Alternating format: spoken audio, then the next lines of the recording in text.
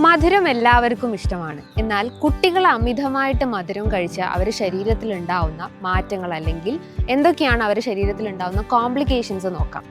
ഒന്നാമത്തേത്, അമിതമായിട്ട് മധുരം എടുത്തു കഴിഞ്ഞാൽ അവരുടെ ശരീരത്തിൽ ന്യൂട്രിയൻസ് വലിച്ചെടുക്കുന്ന കപ്പാസിറ്റി കുറഞ്ഞു പോകുന്നു.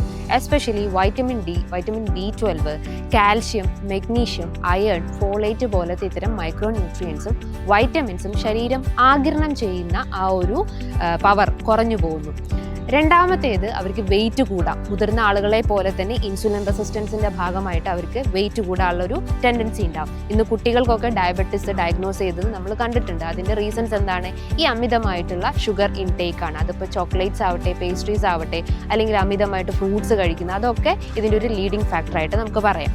മൂന്നാമത്തേത്, അവരുടെ ശരീരത്തിൽ പ്രോട്ടീൻ ഡെഫിഷ്യൻസീസ് ഉണ്ടാവുന്നു. കാരണം ഈ ഷുഗർ അമിതമായിട്ട് എടുത്തു കഴിഞ്ഞാൽ കുട്ടികൾക്ക് പ്രോട്ടീൻ അടങ്ങിയിട്ടുള്ള ആഹാരങ്ങൾ കഴിക്കുന്നതിനോടുള്ള ആ ഒരു ഡിസയർ അല്ലെങ്കിൽ അതിനോടുള്ള ഒരു ഇൻട്രസ്റ്റ് കുറഞ്ഞു പോകുന്നു.